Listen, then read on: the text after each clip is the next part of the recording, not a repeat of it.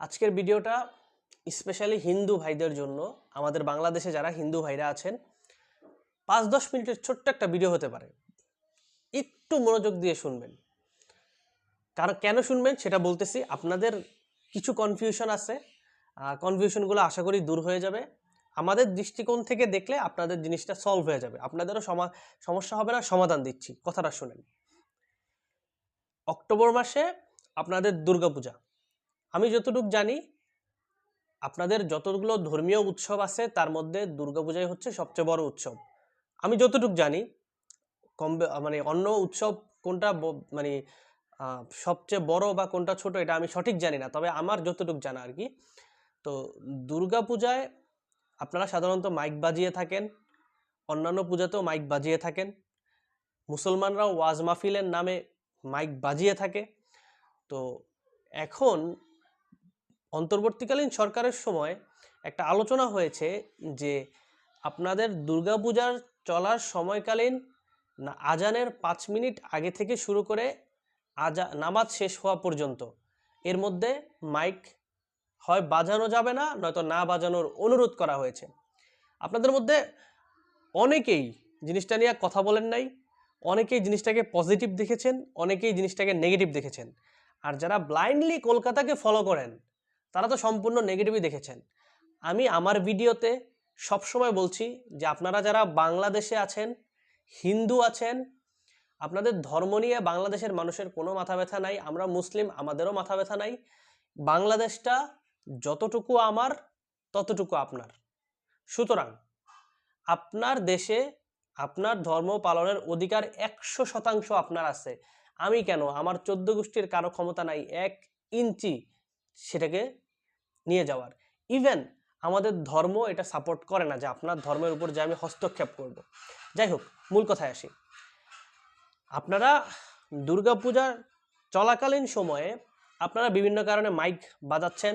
আমি যেহেতু আপনাদের ধর্ম সম্পর্কে খুব বেশি জানি না, তো আমাদের ধর্মকে ভিত্তি করে আমি আপনাদেরকে কথাটা বলবো।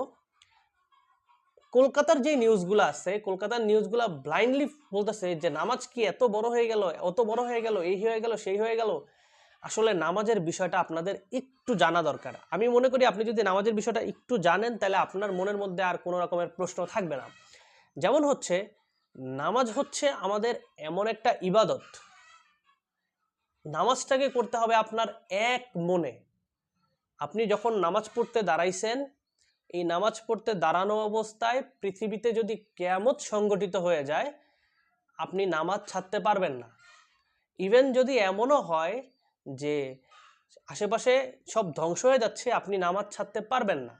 নামাজ আপনি যখন পড়ছেন, আপনার পাশ দিয়ে যদি অনেক বড় কিছু হয়ে যায়, তারপরেও আপনি সেটা নামাজ ছাড়তে পারবেন না। আপনি সরাসরি এক মনে নামাজেই থাকবেন।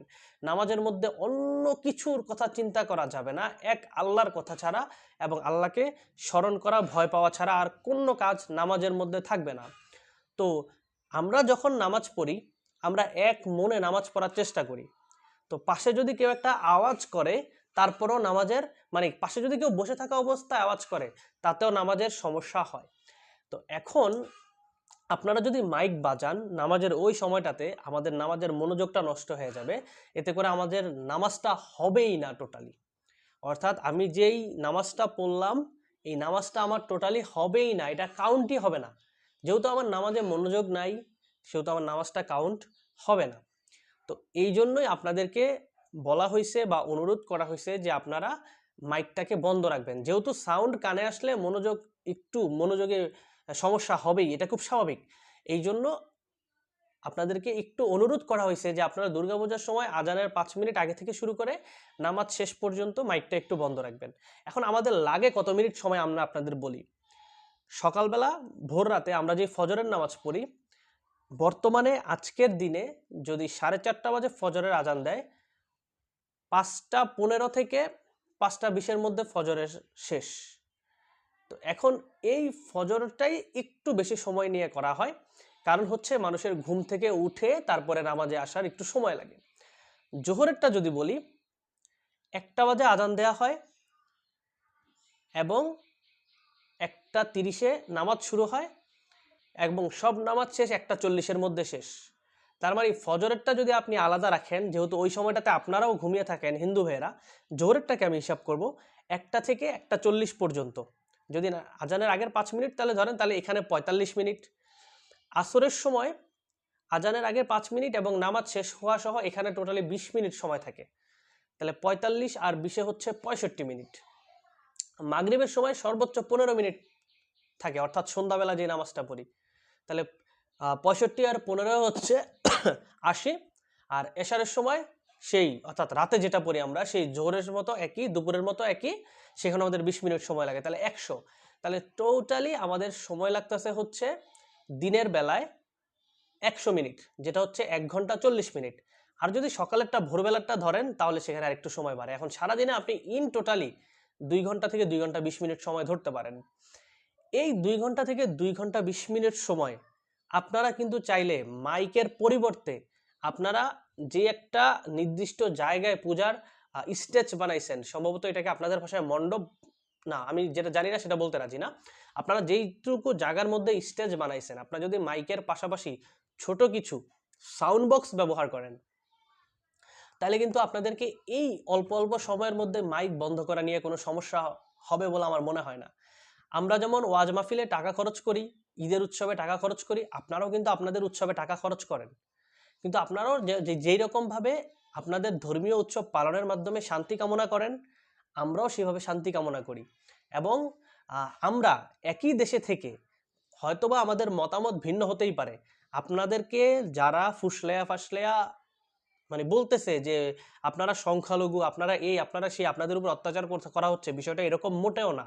আপনারা ভিডিও শুরুতেও বলছি, এখনো বলতেছি, বাংলাদেশের মানুষ সারা জীবন বলে যাবে, আপনি হিন্দু হন, বৌদ্ধ হন, খ্রিস্টান হন, অথবা উপজাতিদের মধ্যে পড়েন, অথবা মুসলিম হন, আপনি যেই হন, আগে আপনি বাঙালি। এই ভূমিতে, বাংলাদেশের ভূমিতে আপনি বাঙালি। অন্য 5 জনের যা অধিকার আছে আপনারও তা অধিকার আছে, এক চুল পরিমাণ কম নাই। কিন্তু আমার আপনার মধ্যে ভালোবাসা থাকতে হবে, ভ্রাতৃত্ববোধ থাকতে হবে।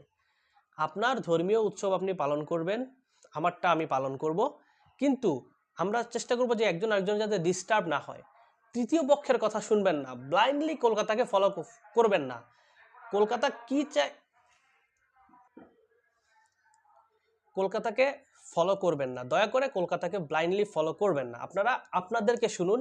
দেখুন, আমি একটা ছেলে, আমার ঘরে আমার ভাই আছে, বোন আছে, আমার বাবা মা আছে, তাদের সাথে আমার মতামত অনেক সময় মিলে না।